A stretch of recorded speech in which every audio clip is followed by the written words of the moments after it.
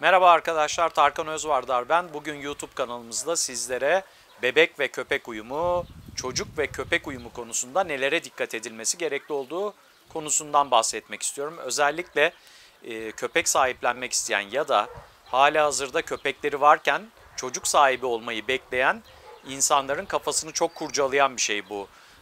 Bebekle köpeğin uyumunun nasıl olacağı ya da çocukları olan ailelerin bir köpek edindikleri zaman köpekleriyle çocukların uyumunu nasıl sağlayacakları konusu. En başta bebek olgusundan başlamak istiyorum. Eğer halihazırda bir köpek varsa ve aile bir çocuk sahibi olmak istiyorsa nasıl bir kurgu içerisine girmeleri gerekli?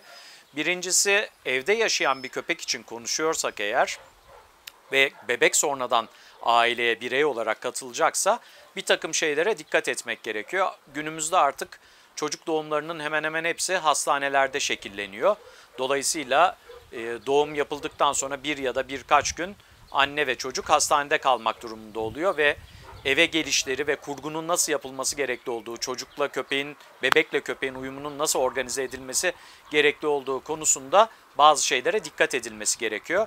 Örneğin çocuk sahibi olmak isteyen aile halihazırdaki köpeklerinde zaten gebelik süreci içerisindeki değişimleri köpek mutlaka sezinliyor. Yani annenin karnının büyümesi, bir takım değişikliklerin olması, fiziksel olarak değişikliklerin olması, hormon değişimleri, anneyle olan ilişkisi içerisinde köpeğin bu değişiklikleri algılamaması gibi bir durum söz konusu değil.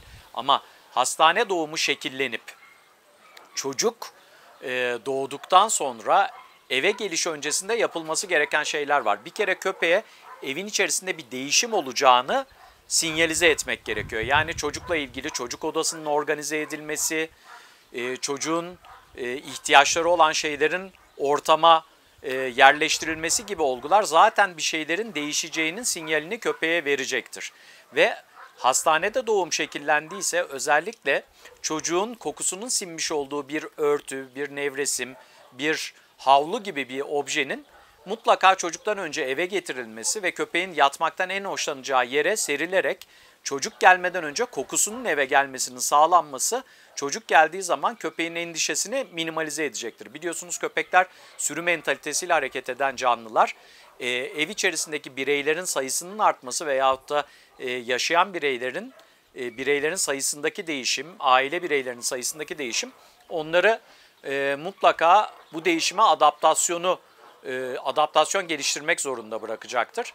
Bebekle birlikte eve gelindiğinde en önemli olan nokta şu: hiçbir zaman çocuğun köpeğe tanıtılmasında zorlamanın uygulanmaması. Yani kucakta bebeğin çocuğun üstüne götürülerek bak tanış bu yeni kardeşin falan gibi preslerden kaçınmak gerekiyor. Çocukla birlikte aile eve geldikten sonra anne ve baba çocuk kucaktayken, anne çocuğu emzirirken, odasında uyuturken, altını değiştirirken köpeğin etrafta bulunmasını sağlamak gerekiyor ve davranışlarınızın normal olması, köpeğe bir takım işaretlerde bulunmamak, özellikle pres mantıklı olarak çocuğun köpeğin üstüne doğru götürülmesi gibi hatalardan kaçınmak gerekiyor. İlk önce köpek çocuğun varlığına alışmak durumunda.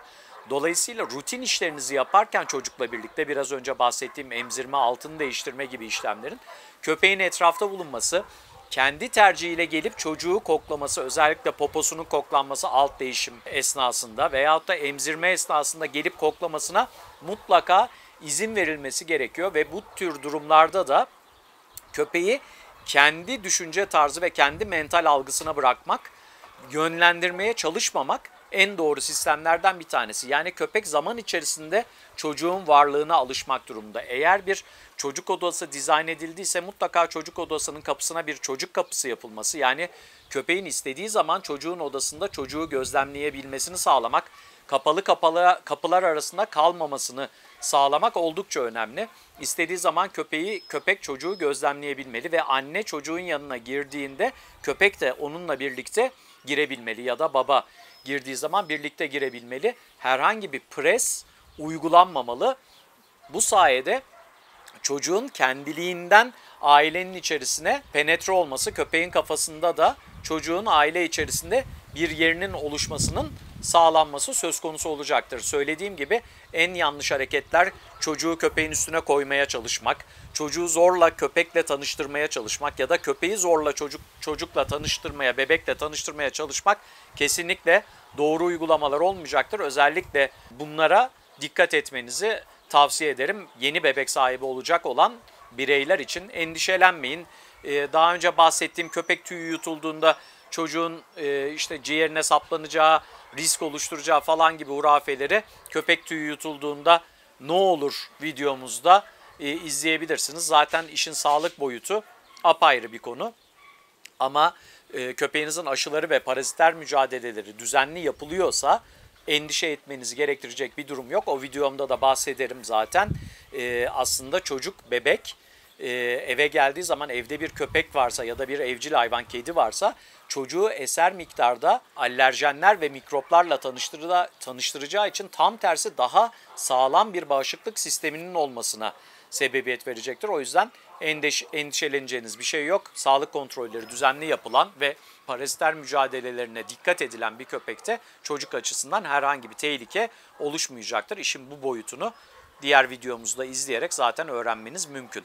Bunun haricinde çocukla köpeğin diyaloğunu organize ederken de dikkat edilmesi gerekenler, yani çocuklu bir ailenin sonradan köpek alması durumunda nelere dikkat etmesi gerekiyor? Bir kere çocukla köpeğin ilişkisini dizayn etmek ebeveynlere kalan bir şey. Yani dikkat etmesi gerekenler anne, baba ve aile bireyleri.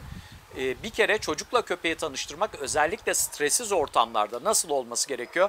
Köpek gezmiş, tozmuş, oynamış, kafası rahatlamış bir pozisyondayken gezintiye çocuğun eşlik etmesi, özellikle köpekle yetişkin bireyler oyun oynarken çocuğun izlemesini sağlamak ve çocuğun bu devinim içerisinde köpeğin yüksek mental algıda değilken tanışmasını sağlamak en önemli unsurlardan bir tanesi.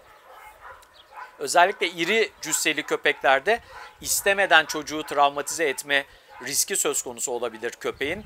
Koşup oynarken çocuğa çarpmak, devirmek, düşürmek gibi ve tüm videolarımda söylediğim gibi çocuk istediği için köpek edinmek doğru bir mantık değil ya da çocuğumuz için köpek edindik gibi bir mantık doğru değil. Köpeğin bakımı ve ana egzersiz ve ihtiyaçları her zaman ebeveynler tarafından karşılanacaktır. O yüzden özellikle küçük çocuklu aileler için söylüyorum.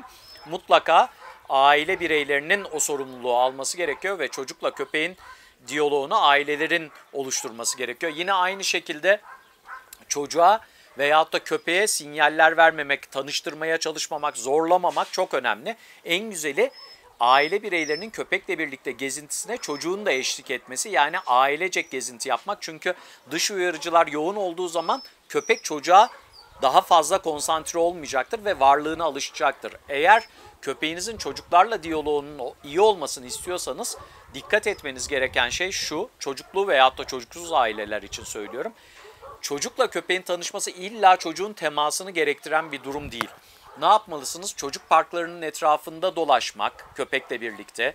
Çocuk sesi, çocuk çığlığı, çocuk oyun hareketleri, koşuşturmaları, bunlara köpeğin şahitlik yapması için illa onların içerisine sokmanız gerekmiyor. Çocuk parklarının etrafında olmak, çocukların oyun alanlarının etrafında köpeğinizle birlikte dolaşmak, köpeğin çocuk prototipine alışmasını sağlayacaktır. Çünkü çocuk köpek tarafından farklı algılanan bir canlı. Boyları kısa, değişik sesler çıkartıyorlar, koşuşturuyorlar.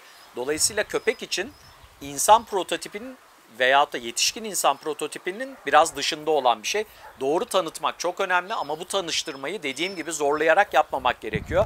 Ve bir takım şeylere dikkat etmek. Evde beslenilen köpeklerde köpek uyurken çocuğunuzu küçükten itibaren telkinde bulunmanız gerekiyor ama korkutarak değil. Özellikle köpek uyurken çocuğun gidip üstüne sarılmaması gerekli olduğu, yemek yerken sarılmaması gerekli olduğu, kemik kemirirken üstüne gitmemesi gerekli olduğu konularını mutlaka sizin müdahale olmanız gerekiyor ve çocuğunuza doğru bir dille korkutmadan, endişelendirmeden anlatmanız gerekiyor. Yani şu tip bir yaklaşım değil.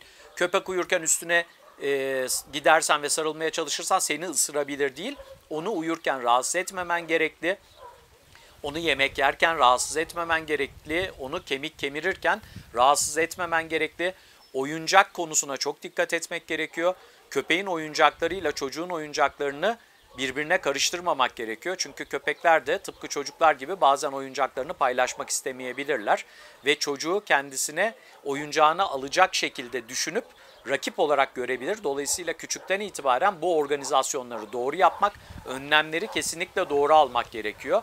Ve Instagram'da ya da işte YouTube'da orada burada resim paylaşmak adına köpeğin üstüne çocuğu bindirmek, köpeğin üstüne çocuğu sımsıkı sarmak, boynuna sarılmasını sağlamak gibi fotoğraf yakalayacağız diye tehlikeli ilişkiler kurdurtmamak gerekiyor. Daha önceki videolarda da anlattığım gibi köpeklerin vücut dilinde sarılmak, öpüşmek gibi olgular yok. Bazen buna katlanırlar. Köpekler ya da tolerans gösterirler ama her zaman gösterecek ya da her köpek gösterecek diye bir kaide yok. O yüzden çocukları bu yönde tetiklememek gerekiyor. Fotoğraf çekeceğiz, video çekeceğiz diye bu tip yanlış kurguların içerisine çocuğu ve köpeği sürüklememek gerekiyor. Bazı şeylerin geri dönüşü yoktur. Köpeklerin bazen neden endişe duyacaklarını algılayamayabilirsiniz. O yüzden çocukla köpeğin ilişkisini kurgularken ebeveynlerin çok dikkatli olması ve düzgün kurgular oluşturması gerekiyor. Hem çocuğu irite etmemek ve korkutmamak hem de köpeği irite etmemek ve korkutmamak gerekiyor. Konuşmamın videonun sonunda özellikle şundan bahsetmek istiyorum. Çocuk için köpek alınmaz. Köpek de bir bireydir. Ebeveynlerin kontrolünde ve sorumluluğunda olması gereken canlılardır. Dolayısıyla ailenize ikinci bir çocuk, üçüncü bir çocuk gibi köpeği düşünebilirsiniz ama çocuğunuz için köpek almak gibi bir yanlıştan uzak durmanızı tavsiye ederim. Çünkü o köpeğin sorumluluğu çocuğunuzda değil, sizde olacaktır. O yüzden çocuk köpek ve çocuk bebek ilişkisinde ebeveynlere çok iş düşer. Mutlaka profesyonel yardım alın. Davranışlar konusunda mutlaka literatür takip etmeye çalışın ve bilgi edinerek hareket edip kurguları doğru yapın. Hem çocuk açısından hem köpek açısından üzücü sonuçlar doğmasın ve bu tip yanlışlar yaşandığında maalesef üzülen taraf hep köpek olur. Çünkü çocuklar insanların yumuşak karnıdır ya da bebekler. Dolayısıyla köpekler de bu durumdan muzdarip olmaması için ailelerin bilgilenmesini tavsiye ediyorum.